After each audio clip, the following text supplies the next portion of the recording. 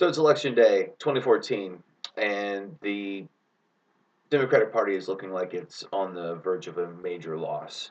I feel like I made this previous video before, and I think it's important that I do a message again out there. Maybe it'll get out. Maybe my message will get out that you know this is an important election, and we should go out and vote. The same people who went out and voted for Obama in the last election and the 2008 should be the ones who are out there voting for Democratic candidates locally all over the place because we're up against a party in the Republican Party that is pretty much against everything that I stand for personally. I stand for the idea of a democracy where a person has the ability to petition the government to redress grievances and to also make a person's life better, to make society better. We have the ability to shape our society. We're not a monarchy or uh, a dictatorship where it's from top down. We have the ability, and it's an unused ability, but we have the ability to influence it. And we do influence it. I mean, if you look at the last 100 years of politics, we've influenced it incredibly. The progressive movement has its roots in the mid 1800s. It got tangled up with the temperance movement, but at the same time, the idea is there was a general liberalization of our democracy where instead of it being a oligarchy that was uh, in the back pocket of billionaire, or at the time millionaires, which are equivalent to our billionaires, it gave the people a voice, and it led to the amazing efforts of the 20th century where a lot of people became equal, and now here we are in the 21st century when people are truly becoming equal, where discrimination is dying. We do have this party, this other idea, this the conservatives. They're reaching for a last gasp of being able to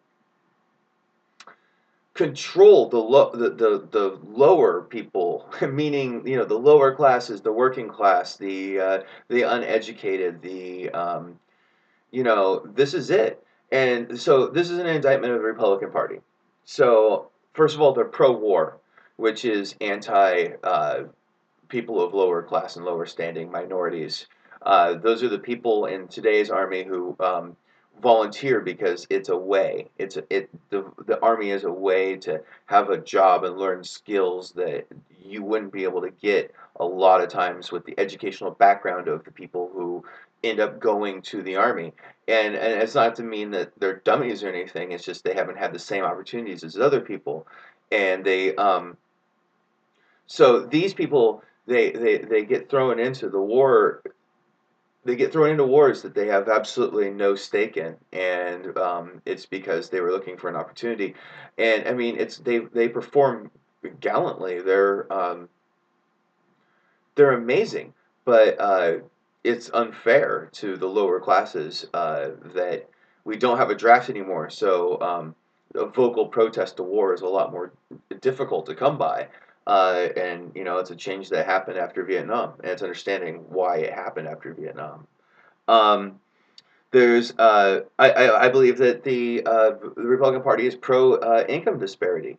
They believe that there should be classes of people, and that the upper classes, they make the most amount of money, and they should control the most things, and they should be privy to more money. They believe in tax cuts for the rich as a way to ensure economic prosperity for everybody.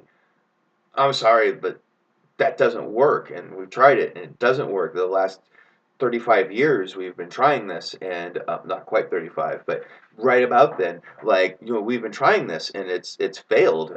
We are slower economic growth now over those 35 years than we were in the preceding 35 years. um, They're anti-immigrant, which I believe is to be anti-prosperity as well. We have a lot of jobs that people who are native to the United States don't want to take because the wages are too low or the work is too disgusting or whatever. But we have people have to fill that vacuum. So immigrants in general are filling that vacuum, and some illegal immigrants are filling that vacuum. And that's we should have more lax immigration rules, and we should make legal immigration the way to come to America, because when we expand in population, which we don't do naturally, we don't breed ourselves extra people, we let them immigrate, and that's what gives us a steady population growth. We could have a more steady population growth and not make it an illegal endeavor to come here and work. It should, if you're going to come here and you're going to work, you should be able to pay taxes and live a good life here, and not worry about somebody breathing down your neck about it. Like, you should be able to get here because you can fulfill a need, and don't worry, unemployment won't go up. If people, natives of the United States, want a job, it's available to them. Let's see. Oh, they're against reproductive rights. I mean, so sometimes that goes all the way to birth control, but at least abortion. And I believe that if you made abortion illegal, you would give rise to a large class of what I it's gross, but unwanted children. And they would clog up foster care. People, there's a lot of kids in foster care now, and they don't get adopted, and you would just see a larger rash of that. And it's statistically proven that the crime rate has been lowered since Roe versus Wade. Actually, about 8 years afterwards, you started seeing a lowering of the crime rate, and that can be attributed to the fewer unwanted children, and that's disgusting. And I'm sorry that I have to say it like that, but um, they're against. They want to ban abortion. That's the party line. Let's not forget that. And we're talking about more than that child's life, that potential child's life.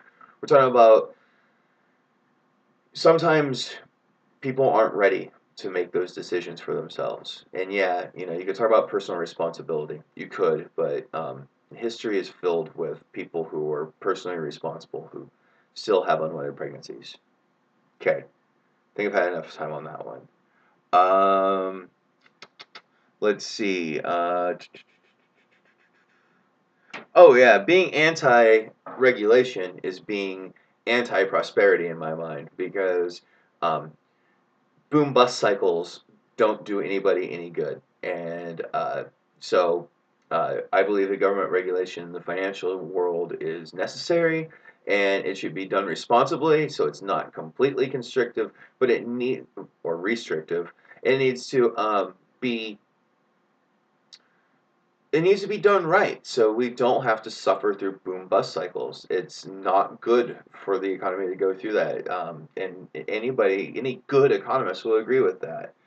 Okay, so other reasons why the Republicans suck. They love pollution, and they don't see the hidden costs of polluting everything. They just see the upfront benefits of polluting. So it's like, a company doesn't have to worry about responsibly dumping their toxic waste. So they dump it into a neighborhood, which then goes, and makes a bunch of people sick. And then when those people get sick, what do? They go to the hospital, even though it's a public or a private enterprise. They're dependent on public money, and so the price for healthcare goes up for everybody. We pay for it anyway, so it should be done responsible on the place that makes it. Just saying. And no, that's not what they believe. They want to deregulate it. They want to eliminate the EPA and not worry about clean water standards or clean air standards. It's crazy. They're religiously divisive. They see that First Amendment of the Constitution, and they see their right to establish their religion. And then they talk about reading the Constitution. Please, do not, do not institute your religion on our government or how you want to govern. your religion should be your business, and you should not bring it in to the political realm. It just doesn't belong there in this society. There's a separation of church and state. We need to recognize that. The Republicans do not. They defend hate speech because it's free speech. But then they turn around and limit political speech by making it difficult for individual voters to go out and vote with voter ID, with, I mean, like, making it more, yeah, voter ID, picture IDs, show, like, I mean, like, having to show your birth certificate to get a voter ID, doing things that make it difficult for minorities, young people, women to vote, like just going right after. I mean, it's cynical, and so they want to limit political speech by people who traditionally vote Democrat, but not money. They support every Supreme Court decision and every attempt to inject more money into the political process, defending it as speech, because corporations are people, my friend. Yes, they are. And the one other thing that I can really say right now is that they don't believe that any government is good. They don't believe that anything about government is good. And that goes on every level. Now, you'll get people out there who will say, "Oh, no, no, no, we need to uh, the federal government's too strong. We need to we need to make it to the states. The states have the power." But guess what? Republicans on the state level do? They promise lower taxes, lower interference in affairs, and like we're going to cut spending. So it's not going to happen at the state level. And guess what happens when you elect a mayor or a city council that are of Republican persuasion? Oh, we're going to limit taxes. We're going to not provide services. So after a while, you get this idea where we're going to be completely on our own, people, if we allow this to happen. If we allow these people to take over, we're going to be all on our own, completely. And the government won't be there to even the playing field even. Government won't exist at all on any level. They don't believe that government is good on any level. They hate taxes on every level. I think they want to privatize everything. And guess what that's bad for? Everybody who doesn't have the capital already to, buy a road so you can charge tolls on it. Um, It's depressing that people vote for these people, or that people don't vote for our people. We have a majority if people go out and vote, so go out and vote. It's election day. That's all I got. Later.